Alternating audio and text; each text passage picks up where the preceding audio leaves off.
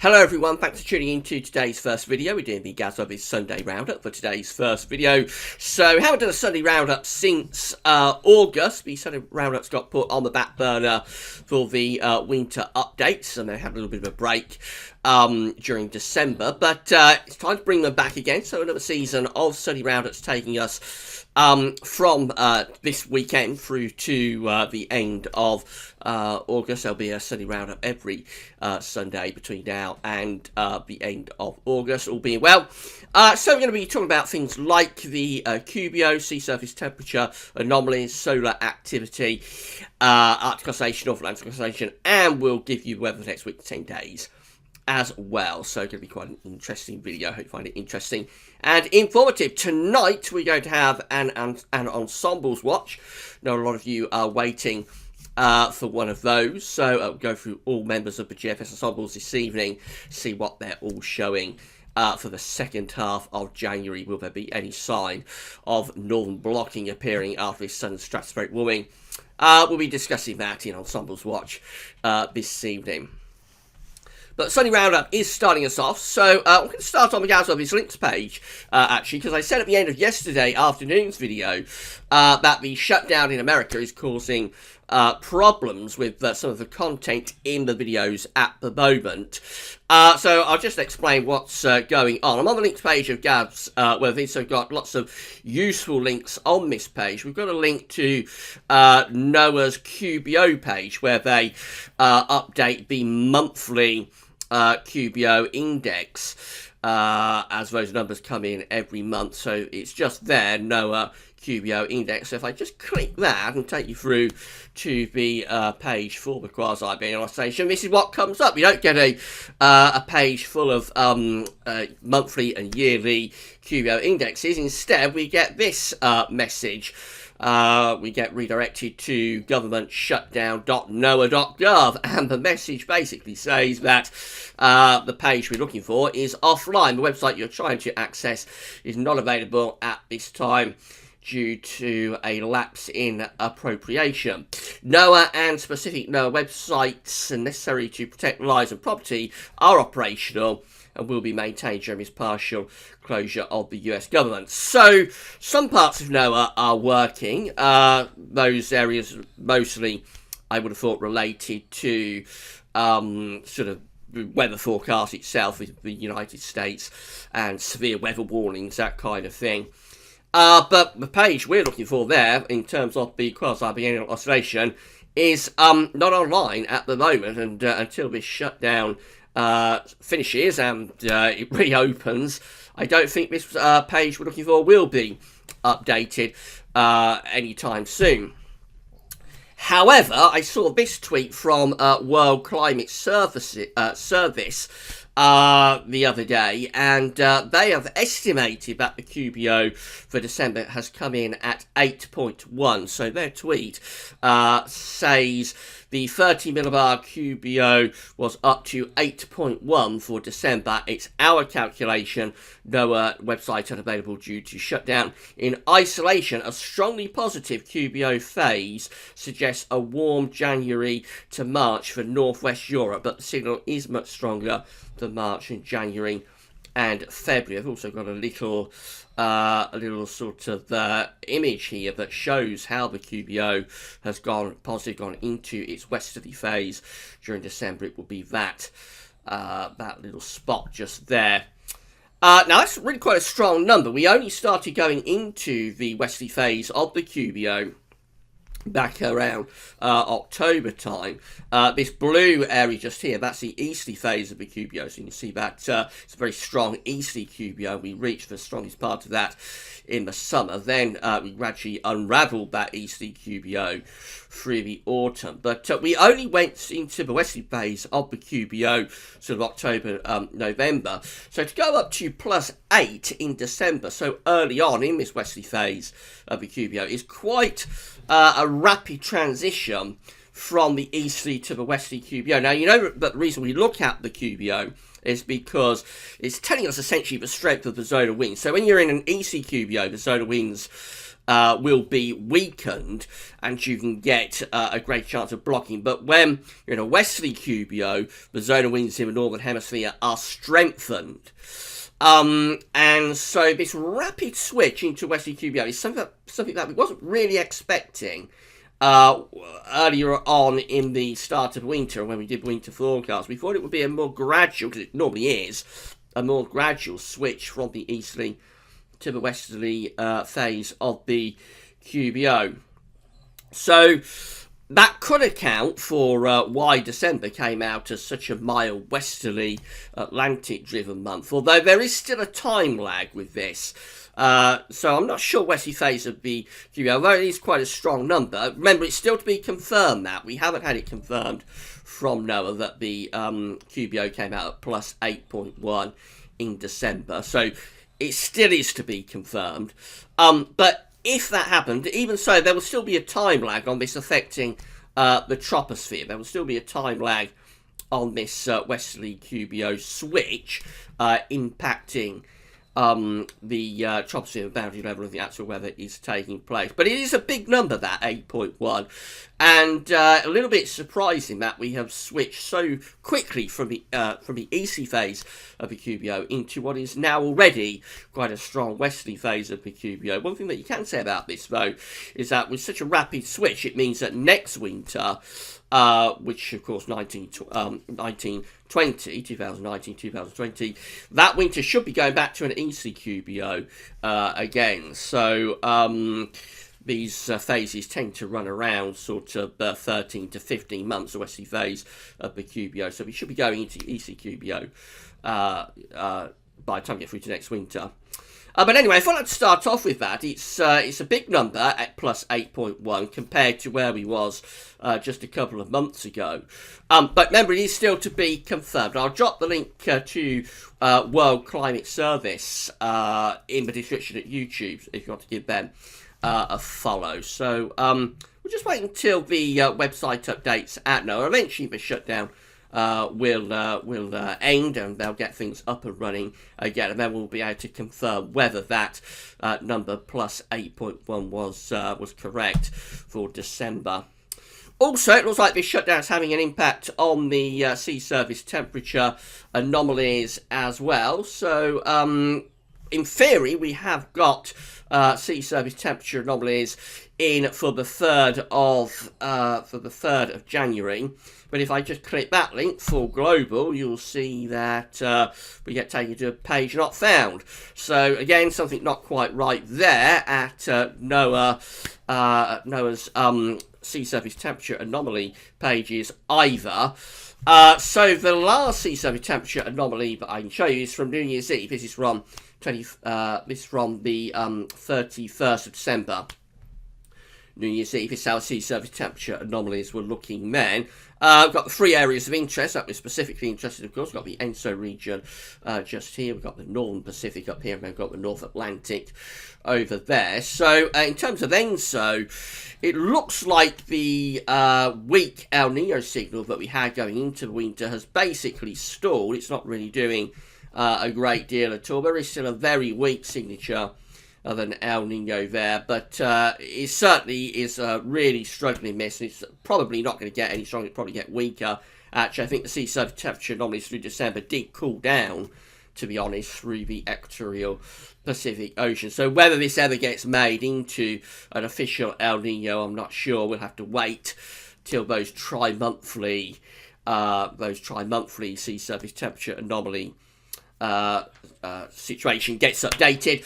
But again, very, very weak El Nino, barely an El Nino at all, really. Further north in the Northern Pacific, again, we see that the sea surface temperature anomalies are very stable from where they were when we did the winter update. So it has cooled down a little bit up there, but still generally quite a bit above average. And then over in the North Atlantic, again, we still have this colder than average area of sea surface temperature anomalies here in the northern part of the Atlantic Ocean, and kind of like still that horseshoe shape of colder than average sea surface temperature anomalies from south of Greenland down to the tropical Atlantic, with a warmer area in between. So that really is set up for a positive NAO.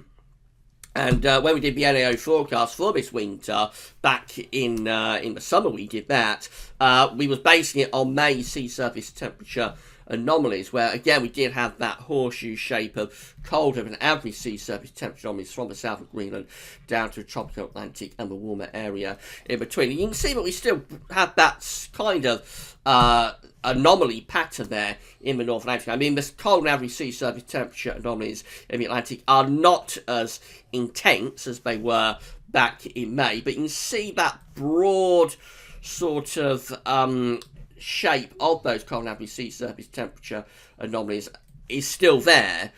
So basically, the Atlantic is still set up for a positive NAO type pattern, a westerly NAO pattern. To get the Atlantic set up for a negative NAO, for a blocking pattern, you want to see it warmer there and then cooler just here and then warmer down in the tropics. What we actually have is the opposite of that, really. So it's cooler just here, it's warmer just here, and it's cooler down here. All these things were apparent when we did the winter forecast, except the very rapid transitioning to a strong QBO. I don't think we was quite expecting that, but we weren't expecting this to be a westerly QBO winter. And so that's the reason that we only really went for a slightly colder than average winter. There are other factors, we'll talk about solar activity in a moment, that do favour the chance of something a bit colder for this winter. But to be honest, with the strong westerly QBO coming along very quickly, the Atlantic set up for a positive NAO, it looks like this the winter forecast is struggling at the moment. So I'm not going to write off a winter forecast yet. It's still early days, not even midway through January. We have had the sudden stratospheric warming as well. And that's what we need to force a negative NAO pattern. The Atlantic, as I say, as I've explained, is set up for a positive NAO. It's got this sort of horseshoe shape of cold, still, albeit much weaker than back when it was back in May, but it's still there more or less. So this is still a setup for a westerly Atlantic-driven type winter pattern, really, but we're seeing in the North Atlantic. So to force the Atlantic into a negative NAO, we are going to need something to happen to force that, and that could be the sudden stratospheric warming, but of course that's not guaranteed to set up extensive blocking and force a negative AO and negative NAO type pattern. So just got to wait and see how this plays out, I think, over the next few sort of days and weeks. But certainly it's a complicated winter, this. It's a very difficult winter to forecast. And that was apparent when we issued the winter forecast back at the beginning of December, of course. A little bit more on El Nino. So this is the Southern Oscillation Index from the Bureau of Meteorology in Australia. They're keepers of the SOI. And we can see what happened during December is that the SOI actually went into quite a strong positive phase. So this red line here shows how the SOI, Southern Oscillation Index, has been performing, going right way back to the start of December there, and where we are right now. So the dates on the bottom, you can see that actually for 2 or 3 weeks during December, the SOI went strongly positive. It is beginning to drop back again now towards negativity. But we have been through a strongly positive phase of the SOI. Of course, the SOI is an index that's reflecting the state of the atmosphere in the southern Pacific Ocean. It's measuring atmospheric pressures between Darwin and Tahiti. When the SOI is in its positive phase, then the atmosphere is kind of like in a La Nina, a cold event type setup in the tropical Pacific Ocean. When the SOI is in its negative phase, then the atmosphere will be in an El Nino type pattern.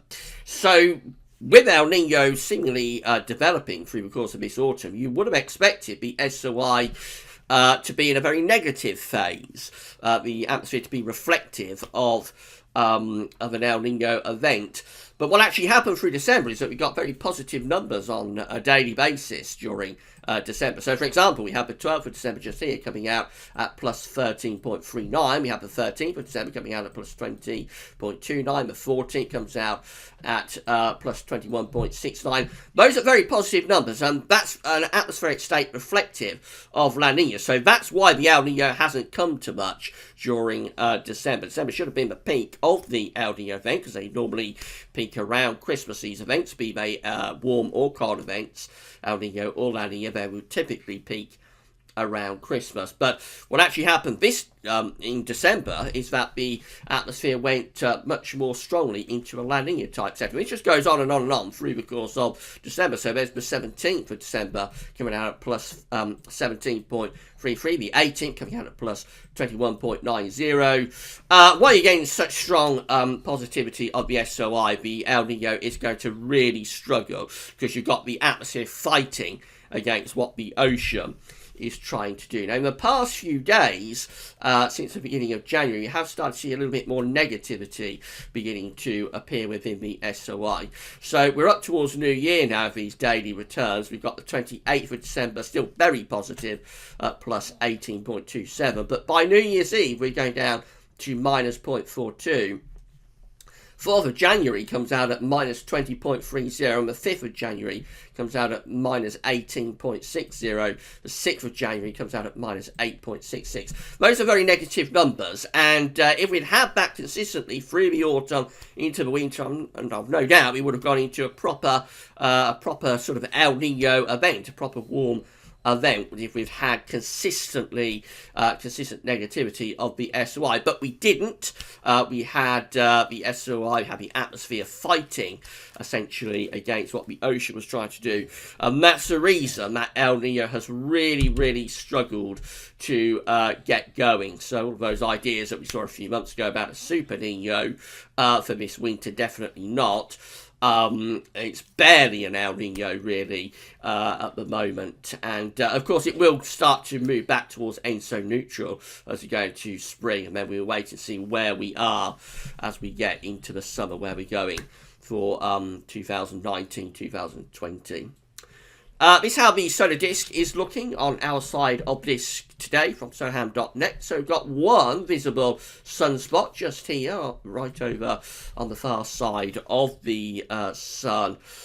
Solar disk as you're looking at it. This is the GWV Sunday Round-Up solar activity tracker, updated by our good friend James Atwell. Big thank you to James for updating this and sending it through to us. This is updated to yesterday. You can see that we are having we're still having very weak periods of solar activity, of course. So the orange line here is depicting each individual day's sunspots, and we had quite a long run of completely spotless conditions on the solar disk through the middle part of December and running up towards the new year. Have had a couple of few sunspots over the past few days. Been enough to lift the trend lines, which are the thick green and thick red lines, up ever so slightly, but they're still more or less down on the bottom. This is a very weak phase of the solar cycle, of course. Solar cycle number 24, we're basically into solar minimum now for solar cycle number 24, and we are expected to keep solar activity at very weak levels. Now, of course, solar activity, when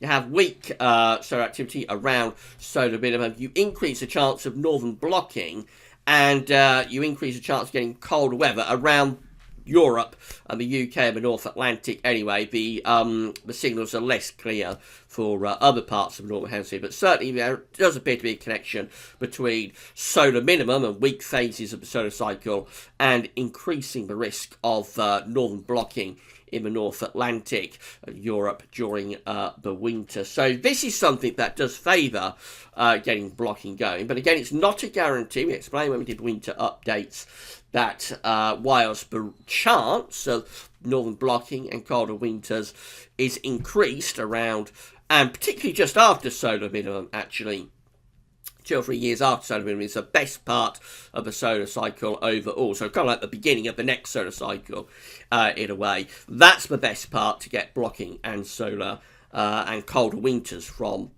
weak levels of solar activity. But this phase of the solar cycle does tend to coincide with an increased chance of northern blocking and cold winters, but it's not a guarantee. There have been several examples in the past where you get mild winters occurring around these periods of weak solar activity and solar minimum. So again, big thank you, James, for keeping that updated. We'll be showing you that every week through the GWV Sunday Roundup. This is how things are looking in terms of the Arctic oscillation observed and forecast chart. So of course we have the southern stratospheric warming, and I'm going to leave that out the video today actually. I'll talk a little bit more about that tomorrow, but we'll be talking about that a lot over the past few days, so I thought we'd leave the southern stratospheric warming out of the Sunday Roundup for this week. We're looking for a response to that southern stratospheric warming, though. One of the ways we'll see whether we're going to get a response is by whether we get northern blocking appearing over the Arctic and over the North Pole. So the black line here tells us where we've been with the AO, and then the red lines at the end tell us where the GFS ensembles are forecasting the Arctic oscillation to go. Similar to the SOI and the QBO and all of the other indexes that we use within meteorology. This is just an index that's telling us what the state of the atmosphere has been and what it is forecast to be in the next couple of weeks. It's not driving anything, it just shows what the atmosphere is doing. So at the moment, the SOI indicated, the Arctic oscillation, I should say, indicated by this black line, is in slightly positive territory. GFS ensembles are forecasting the Arctic oscillation to go really quite negative, though, over the next week or two, and probably staying negative, actually, even as we go into the second half of January. So from an Arctic oscillation perspective, it does look as though we are getting blocking appearing. Now, whether that is a direct response to the southern stratospheric warming, we can't say 100%, but it would be. But it's the kind of thing we're looking for. High pressure over the pole, sending the AO into negative territory. That's the kind of thing we're looking for to say that we have had a response to that southern stratospheric warming. And it does look as though the GFS ensembles are quite set on developing increasing amounts of high pressure and blocking over the pole during the next week or two. However, it's never straightforward, and the NAO is looking like this. So this is the NAO observed and forecast chart. And I just told you that the Atlantic, from a sea surface temperature anomaly perspective, is not well set up for a negative NAO for this winter. It's basically set up for a positive NAO. And what the GFS ensembles, this is where we are right now with the NAO, we're very close to neutral, just a little bit on the negative side of neutral. GFS ensembles, though, for the next couple of weeks, wants to keep the NAO kind of like neutral to weakly positive. So whilst the AO is going into negative territory, the NAO is stubbornly remaining in positive territory, which tells us that we're still going to have low pressure churning away in the Atlantic, at least for the next week to 10 days anyway. Going to be a lot of influence from westerly winds and low pressure in the North Atlantic around Iceland, high pressure through the Azores. That kind of setup will continue to be quite dominant, I think, over the next week or so. Even as northern blocking is increasing over the North Pole. There are a few outlier GFS ensemble members that are going for genuinely negative NAO conditions right around the middle of January, second half of the month. But they're outliers, and most of these ensemble members are keeping the NAO in weekly positive territory. So that's a little bit of a fight that could be going on within the atmosphere for ascendancy. High pressure blocking over the pole, but the Atlantic still set up for westerlies and zonal type conditions. And of course the Arctic oscillation might in the end force the NAO, or the blocking over the pole might force the Atlantic into a negative NAO type state. But at the moment, there's not a great deal of evidence for that, so we'll have to keep monitoring what's going on there. These are the GFS ensembles for the next couple of weeks. Looking at Guildford today. So the red line here is the 30-year upper air temperature average for Guildford. Someone's asked me to have a look at Guildford today. So that person, this is your ensemble chart. We're starting off a little bit milder than average above the red line with the upper air temperatures. Things will be turning milder today and tomorrow. Then a drop in temperature takes place through the middle part of the week, becoming quite a bit colder through the middle phase of the week. But then the temperatures recover at the end of the week and into next weekend. Turns quite mild again. That takes us to the middle of January and beyond, into the second half of the month. We can see that the trend is basically downwards. It does look like it's cooling down, but not a huge amount of evidence that it's turning particularly cold, I have to say. There are cold outlier members again within the GFS ensembles, including today the operational run, which I'll show you in a moment. That's that thicker green line just there. But whilst the trend of the ensemble is downwards, there isn't a huge amount of evidence yet about returning things really cold through the second half of January, although it is, that's some way away. It's only the 6th of January today. And we will go through the GFS ensembles anyway tonight to look at them individually. Precipitation-wise, for Guildford, lots of dry weather coming up over the next few days, but gradually increasing the precipitation through into the second half of January. So turning cooler and more unsettled, but it remains to be seen whether it will actually turn genuinely cold. Temperature anomalies are looking like this for the weekend from the 6th to the 14th of January. A little bit milder than average in most parts of the UK and Ireland too. Much of Northern Europe coming out milder than average as well. Precipitation anomalies much drier than average for the UK and Ireland in particular. So a dry and mild week coming up.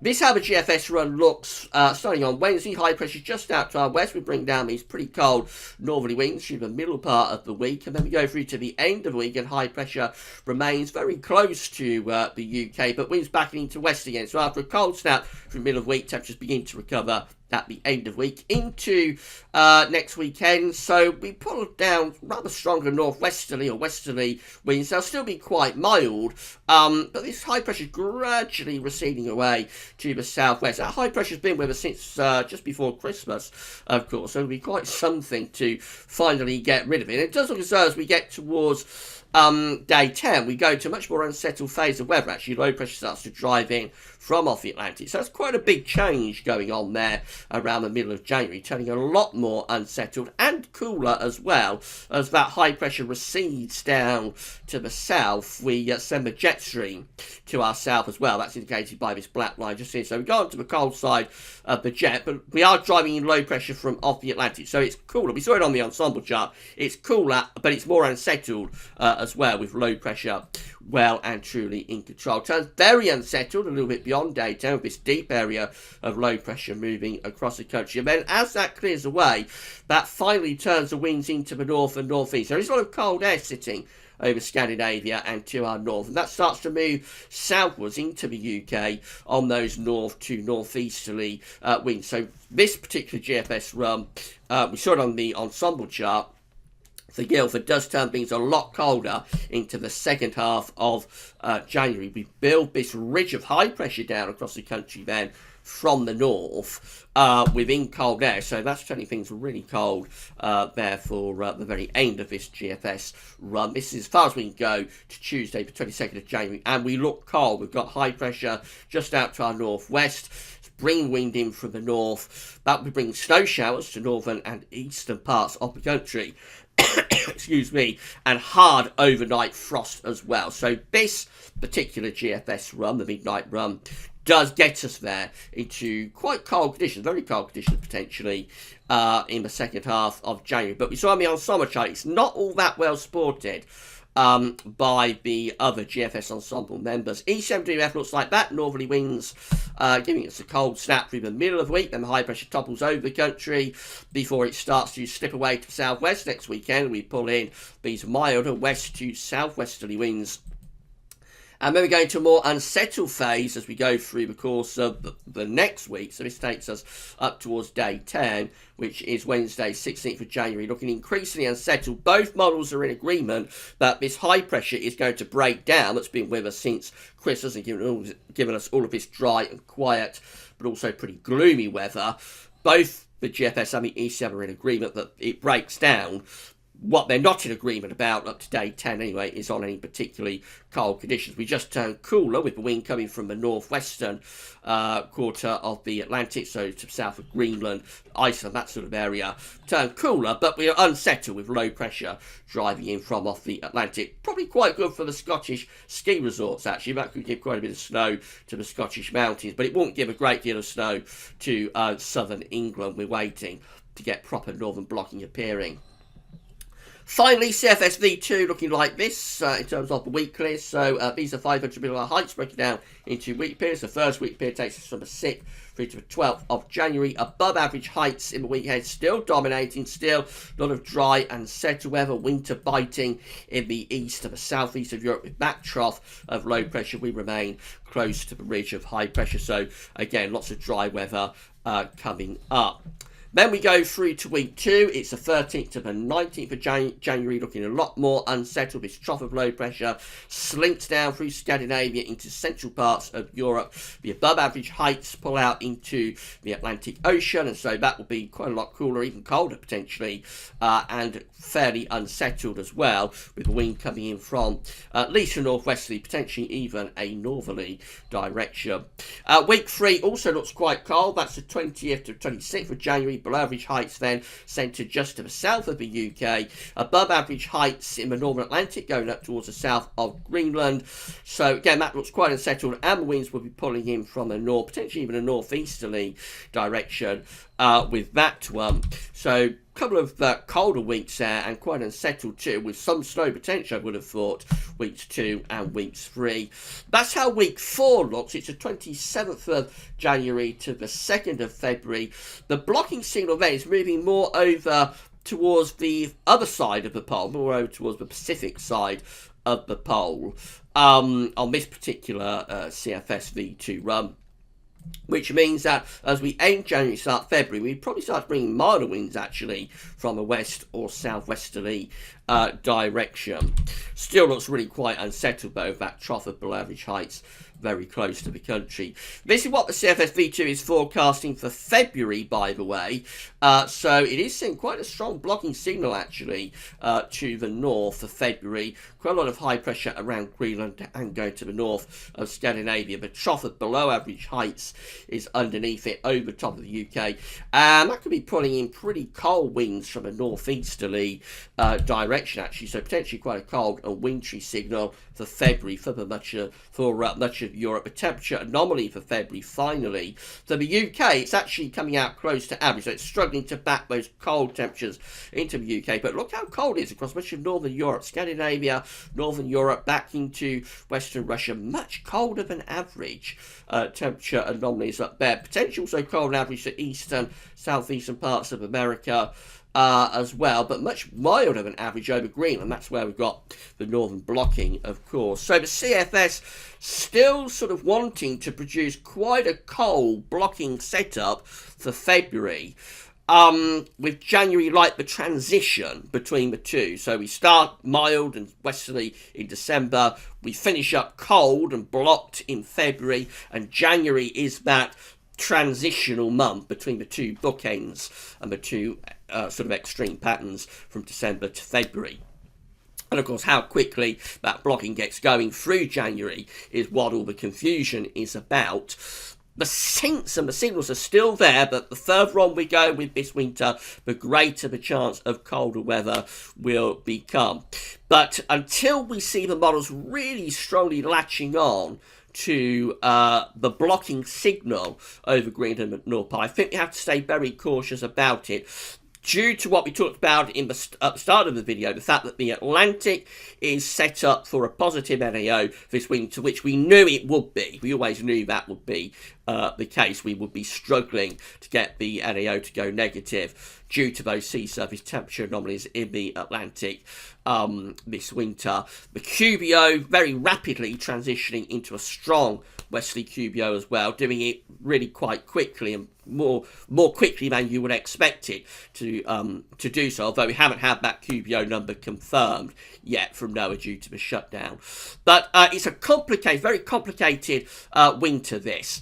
So we're just going to have to play it day by day, see how the models develop, whether they really strongly start to latch on to this northern blocking signal. If they do, then I'll start to have a little bit more confidence about a colder second half to the winter. But for now, I think we need to remain very cautious, feet on the ground, have had the southern stratospheric warming, as we know, which will help us to get northern blocking, but doesn't guarantee it. Right, that's the Sunday Roundup for this week. Hope you found it interesting. We will do a Sunday Roundup at GWV's every Sunday from now through to the end of August. So if you enjoy these more in-depth and scientific sort of videos, then there'll be one of these every week on a Sunday right way through to the summer.